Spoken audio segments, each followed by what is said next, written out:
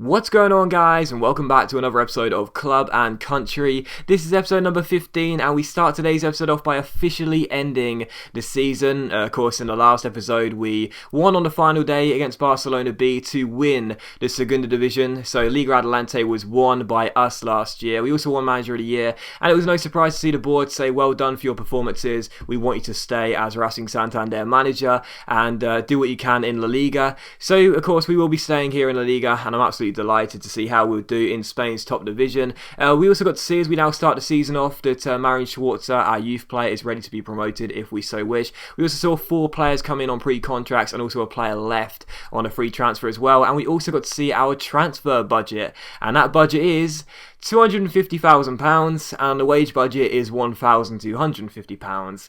So, yeah, that's not a very big budget at all. In fact, I think that's the lowest transfer budget ever.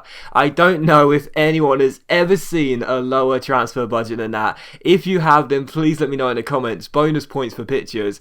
But I don't think there's ever been a lower transfer budget than that. £250,000 in La Liga. And that's the point. We're not playing in the Segunda Division now. We're into La Liga, one of the best leagues in Europe. And we're going to be trying to compete with that type of budget. Still, we saw players come in on free transfers. Albentosa, Bigaz, Fernandez and Kiko. I have to say, all those signings look pretty decent on free transfers. And also, you would have seen George Forsyth has joined us. Now, he is a player that the AI have given to us because we didn't have a big enough squad at the start of the season, which is kind of embarrassing.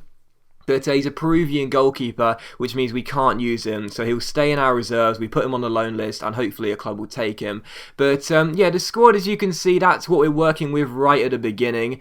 It's very poor. It's pretty much, the same sort of level as last season. So no real improvement to be made yet so far to the squad overall, which is kind of frustrating. But as you'll see, to just prove how frustrating this challenge is going to be, I decided to request some funds. I asked for £10, and Racing Santander said they haven't seen enough of me to make the decision on that matter, so they didn't give us any money. They didn't give us £10. They couldn't even afford £10. They wouldn't even give us a quid, They didn't even bargain with us, That's absolutely absurd. So, yeah, I mean, the challenge is going to continue. We all knew that it was going to be difficult. We all knew it was going to be really, really hard here at Santander, and we all knew we were going to be skint at least for a while, but I just didn't think it was going to be this bad. Regardless, David Migueles is on his way to Tenerife for £210,000. He's 65 overall, so he could be useful for us, but we need to get as much money as possible, and really, we don't have too many players we can even afford to sell. So, Migueles has gone to Tenerife. He goes back to Liga Adelante. And we get 180,000 for that. And as you would have seen, as I was adjusting the budget a minute ago, you may have, thought as soon as you saw the transfer budget, you may have just thought, well, just put it all in a wage budget and sign loan players. Well, we only have about £6,000 worth of money to afford a loan player coming in, which is basically no one. So we're going to try and get Buena Casa back on loan. He's probably the only loan signing we'll be able to make this year. He scored a lot of goals last year, and Sandro, I wouldn't mind signing Sandro again on loan, but unfortunately he's now on 25 grand a week at Barcelona, so he can't come back. But Buena Casa looks like he will join us for a second season here. We also had our final scout report of this Youth Scouts report. He basically put a few players in the final report, and I signed 2 of them. Mitsahuru Chalmers and also Marin Saiz. So I just thought, they had the best sort of looking potential and overall. And even though they do cost £20,000 each and 500 quid on a wage budget, you may sit there and say, well, that's absolutely nothing. Well, to us, obviously, it's quite a lot of money because we don't have much money here. I just thought, we need to get some youth players in.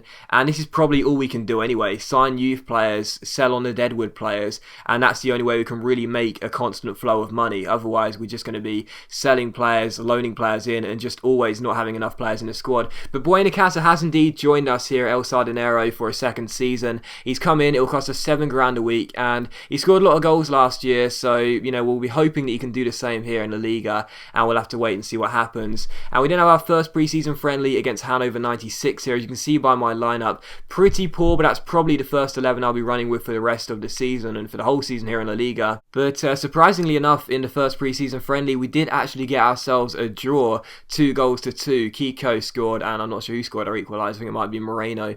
But yeah, we got a 2-2 draw in our first pre-season friendly, but you'll see the second one was against Inter Milan, as you see a U-Score monthly report there, and we end up losing this game, so that wasn't very nice, but it was to be expected. Now, I want to say something straight away. If you've been following me on Twitter, you may have seen I did a Twitter poll, and I asked you guys to vote on whether we should get a financial takeover or not. I actually took that poll down, and it did get quite a decent response, so thank you to everyone that voted, and it was very, very sort of half and half, split down the middle, and I decided that what we're not going to do in the first summer transfer window is take the financial takeover, because I know there's some of you who have been commenting in the comments, there's quite a lot of you actually who've been commenting and saying don't get a financial takeover because, you know, even though it's fair enough when you've got a budget like that, you can't really do anything. Don't do it because, you know, it's like, it's not cheating. A financial takeover isn't cheating. It's there in the catalogue to be used. But a lot of people just said, you know, don't use it. We prefer you doing it, doing this series, you know, with really poor players and basically struggling, to be honest, because in most career modes I struggle for a season or two and I just blitz past everyone.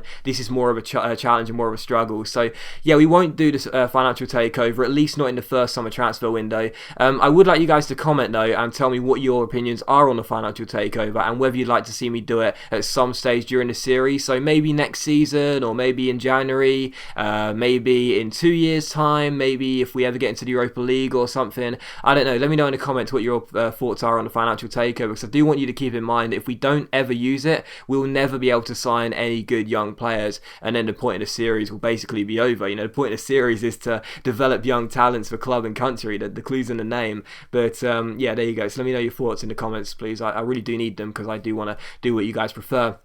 Anyway, Concha wanted a new contract, which is kind of annoying because we have no money here anyway, and now a former player, a current player even, wants a new deal, which is just ridiculous, you know, so we're actually spending money on current players, and we give him a new one because De Boer put him on the transfer list, which is not good because he's one of the very few talents we have here at Santander that are owned by us. Also, Lero looks like he's on his way to Derry City, and we also had another U-Score monthly report, and I decided to go ahead and promote Marin Schwarzer and also Marin Saiz as well. We'll see how they look and if they'll be good for us. But Lero has indeed gone to Derry City. Concha has accepted his contract, so thankfully he's off the transfer list now and he'll stay with us. And as you can see as well, following out, Mario Fernandez says he wants to play in the first game. And we also signed Schwarzer and Saiz, two 16-year-olds out of our academy. As you'll see, very low overalls, 56 and 53 I think they are. Very poor. We had to expect that, but hopefully they'll develop a little bit. And you know, who knows? Sometimes players do grow quite, you know, past their potential, so you never know. Maybe these guys can hit the 70s, possibly a stretch to high 70s, you never know. But still, here's the squad report as we're about to start the season off here in La Liga. As you can see, it's a poor team, and I mentioned it a few minutes ago, you know, the squad hasn't actually got better since last year. That's what I wanted to do. I was hoping we can get one or two really good players in this year. I didn't realise the budget would be that small and that poor, and we couldn't even loan players in, which is kind of frustrating. But, you know, what I will say is that the challenge is going to be really hard, and I do like the idea of this very, very big challenge with this poor team.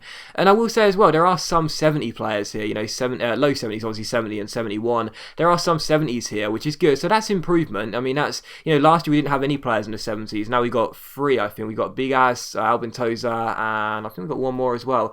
But still, we got Kiko. So we got three players. That's good. So that is a little bit of improvement there. But the squad in a whole is still the same as last year. Very poor, and unfortunately this year, you know, last year the bonus was that we had young players with good potential that we can develop. This year we don't have that. But still, we'll see what we can do. And I think it is going to be an interesting challenge. It'll be an interesting season. I definitely predict the highest we could finish is sort of mid-table to bottom half, but so long as we're not getting relegated, then I would say we are doing enough to show signs of improvement, if not in the team, then at least with the results. But still, we took on SD Eibar for the first game in La Liga here away from home. Feeling really, really excited for this game, but also quite nervous. Didn't really know what to expect. Don't know much about the opposition. Of course, our first game in the highest division was going to be a difficult one, and Buena Casa almost got us off to the dream start here on the stroke of half time. This shot was well saved by the goalkeeper and turned behind. So still 0-0, but just like last season, I don't predict there'll be too many or too much action-packed games this season, because obviously the players are still quite poor that we're using. But in the 54th minute here, Christian Fernandez, one of our new signings, goes down the right-hand side and drills in a cross. and Concha in the centre turns it in and makes it Eibar 0, Racing Santander 1. So the guy signed a new contract. The 18-year-old is one of the very few players here at Racing Santander who I predict would probably have, mid-70 potential at best. But he does score the goal. He does make it 1-0. Christian Fernandez, one of our pre-contract signings, getting the assist. And, I'm going to say it again, this team is full of very subpar players. That's what makes it a really fun challenge for me, and hopefully for you guys to watch as well, because I'm not just winning every single game 5 or 6-0, but even so we're getting results. And in this game, Kiko almost got his debut goal here to make it 2-0 in the 79th minute. Great save from the goalkeeper from the corner. Our number 8 crosses the ball in, and Albin Tosa's header goes onto the bar and is cleared away. And unfortunately the score was still 1-0, but we were playing some really, really good football, and we could have made it 2-0 really from that corner if the header didn't hit the bar. And the last chance would fall to Eibar, and as you'll see, they come forward here with the ball getting played inside, and Lekic's shot is well saved by Mario Fernandez, and the game does finish Eibar 0, Racing Santander 1. So what an absolute shock here. Our first La Liga game ends with a victory, and again, I'll say it again, the challenge is very, very difficult, but we're coming through even with a poor team. This season may be frustrating, but it sure is going to be fun to play with this challenge. But as always, guys, a big thank you for watching the video. I really hope you have enjoyed it. If you have enjoyed the episode, please leave a like, and I will see you for the next episode very soon.